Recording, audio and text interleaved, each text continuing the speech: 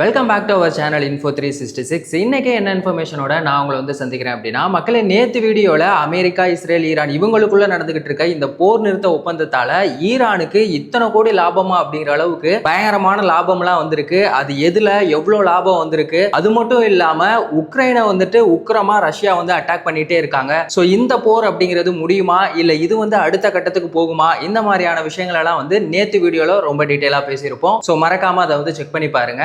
இன்னைக்கு எதுக்காக அமெரிக்க அதிபர் ட்ரம்ப் அவர்கள் திடீர்னு இந்த போர் நிறுத்த ஒப்பந்தத்துக்கு ஒத்துக்கிட்டாரு? இந்தியாவுல தங்கம் வாங்குறது குறைஞ்சிருக்கா இல்ல அதிகமாயிருக்கா? 16 மாசத்துக்கு அப்புறமா நம்ம அமெரிக்க அதிபர் ட்ரம்ப் அவர்களும் பிரதமர் மோடி அவர்களும் சந்திச்சிருக்காங்க. எதுக்காக சந்திச்சாங்க, என்ன மாதிரியான விஷயங்களை பத்தி எல்லாம் பேசினாங்க, இது எல்லாத்த பத்தியும் தான் இன்னைக்கு இந்த வீடியோல நாம ரொம்ப டீட்டெயிலா பேச போறோம். வீடியோவை ஸ்கிப் பண்ணாம ஃபுல்லா பாருங்க.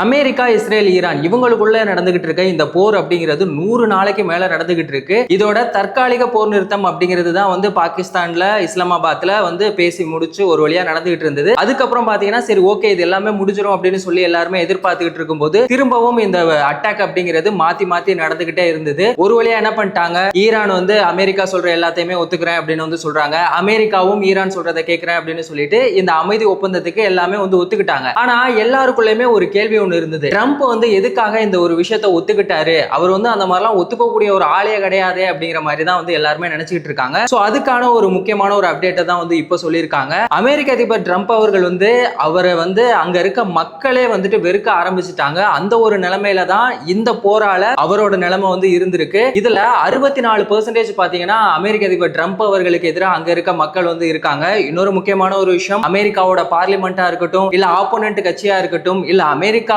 அதிபர் ட்ரம்ப் அவர்களுக்கு நெருங்கினவங்களே கூட என்ன பண்ணிருக்காங்கன்னா அமெரிக்க அதிபர் ட்ரம்ப் அவர்களுக்கு ஆப்போனண்டா தான் செயல்பட்டு இருக்காங்க. அந்த ஒரு சிச்சுவேஷன்ல தான் இருந்தது. சரி ஓகே, இதனாலதான் அமெரிக்க அதிபர் ட்ரம்ப் அவர்கள் இப்படி ஒரு முடிவை எடுத்தாரா அப்படின்னா கிடையவே கிடையாது.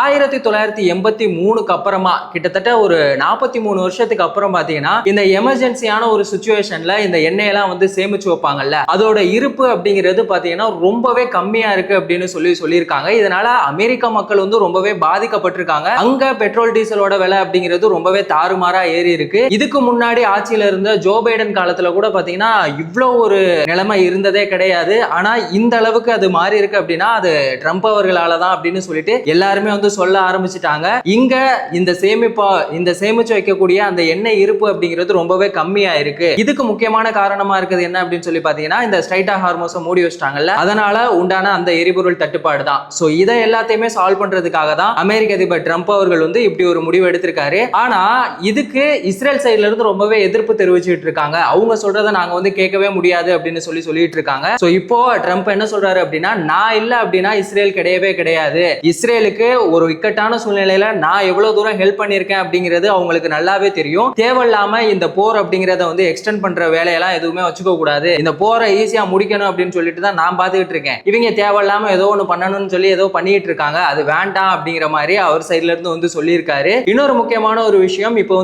G7 மாநாடு அப்படிங்கிற ஒரு உச்ச மாநாடு ஒன்று நடந்திருக்கு. இதுல பாத்தீங்கன்னா America, Germany, France, Britain, Canada இந்த மாதிரி ஒரு 7 நாடுகள் கலந்திருக்காங்க. இதுல நம்ம பிரதமர் மோடி அவர்களுமே கலந்திருக்காங்க. இதுல இந்தியா உறுப்பினரா கிடையவே கிடையாது. ஆனாலும் பிரான்ஸோட நம்ம ஒரு நட்பா இருக்கனால நம்ம பிரதமர் மோடி அவர்கள் பிரான்ஸ் கூட மட்டும் கிடையாது, எல்லா உலக நாடுகளும் கூடயுமே நல்ல ஒரு ஃப்ரெண்ட்ஷிப்ல தான் இருக்காரு. அதனால அவரை என்ன பண்ணிருக்காங்கன்னா ஒரு சிறப்பு விருந்தினரா கூப்பிட்டிருக்காங்க. அங்க 16 மாசத்துக்கு அப்புறமா அமெரிக்க அதிபர் ட்ரம்ப் அவர்கள் பிரதமர் மோடி அவர்கள் சந்திச்சிருக்காங்க. ரெண்டு பேரும் கை கோர்த்திருக்காங்க, கட்டி பிடிச்சிருக்காங்க, பாசத்தை அள்ளி தெளிச்சிருக்காங்க. அந்த மாதிரி நிறைய விஷயங்கள் நடந்திருக்கு. அமெரிக்காவோட அதிபரா ட்ரம்ப் அவர்கள் ஆனதுக்கு அப்புறமா ஒரு வெள்ளை மாளிகையில மோடி அவர்களை சந்திச்சிருக்காங்க. அதுக்கப்புறமா இப்பதான் சந்திக்கிறேன் அப்படின்னு எல்லாம் நிறைய சொல்லியிருக்காங்க. இதுல பிரதமர் மோடி அவர்கள் சில முக்கியமான விஷயங்களை பத்தி எல்லாம் பேசியிருக்காங்க. இந்தியாவோட வளர்ச்சி அப்படிங்கிறது ரொம்பவே நல்லபடியா போயிட்டு இருக்கு. இதை அடுத்த கட்டத்துக்கு கொண்டு போறதுக்கு மற்ற உலக நாடுகளுமே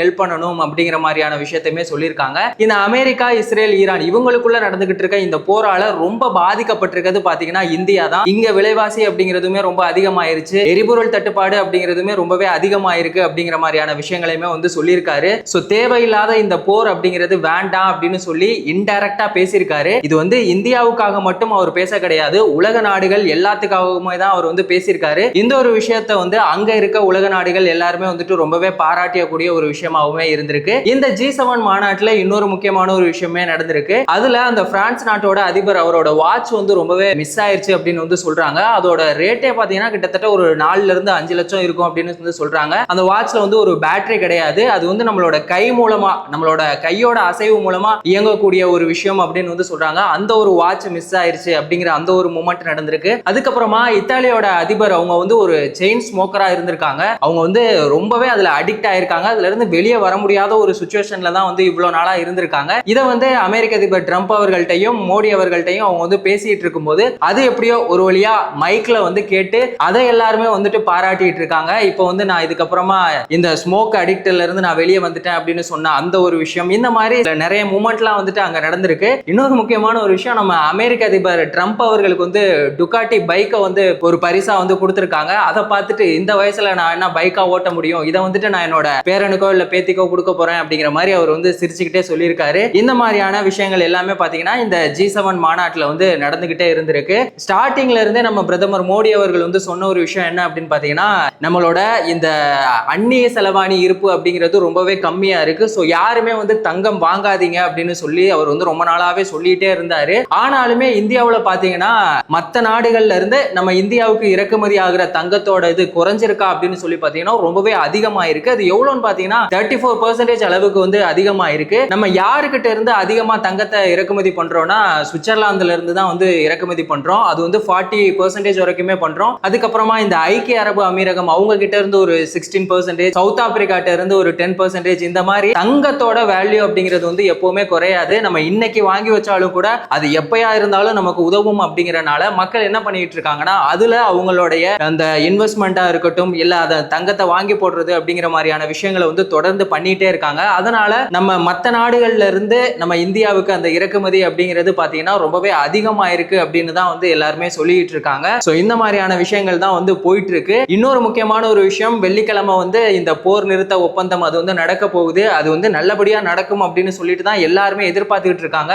ஆனா இஸ்ரேல் அவங்க சைடுல இருந்து ரொம்பவே விடாப்புடியா இருக்காங்க. நாங்க வந்து இந்த ஒப்பந்தத்துக்கும் லெபனானுக்கும் எந்த ஒரு சம்பந்தமுமே கிடையாது, அதனால நாங்க வந்து லெபனானை அட்டாக் பண்ணுவோம், இதுக்கும் அந்த ஒப்பந்தத்துக்கும் சம்பந்தம் இல்லை அப்படிங்கிற மாதிரி சொல்லியிருக்காங்க. சோ இந்த பேச்சுவார்த்தையெல்லாம் அடுத்த கட்டத்துக்கு எந்த மாதிரி இருக்க போகுது அப்படிங்கறதெல்லாம் நம்ம அடுத்தடுத்த வீடியோல பார்ப்போம். இந்த G7 மாநாட்டுல பிரதமர் மோடி அவர்கள் பேசினதை பத்தி நீங்க என்ன நினைக்கிறீங்க? இந்தியாவுல இந்த தங்கம் இறக்குமதி அதிகமாயிட்டே இருக்கு, இதை பத்தின உங்களோட கருத்து என்ன அப்படிங்கிறத மறக்காம கமெண்ட் செக்ஷன்ல சொல்லுங்க. இந்த மாதிரி எந்த ஒரு இன்ஃபர்மேஷனா இருந்தாலும் அதை வந்து 10 நிமிஷத்துல அதுவும் ரொம்ப ஈஸியா டீடைலா தெரிஞ்சுக்கணும் அப்படின்னா நம்ம சேனலை மறக்காம சப்ஸ்கிரைப் பண்ணுங்க, உங்க ஃப்ரெண்ட்ஸுக்கு ஷேர் பண்ணி சப்போர்ட் பண்ணுங்க. வேறொரு வீடியோல வேறொரு இன்ஃபர்மேஷன்ல திரும்பவும் சந்திக்கலாம்.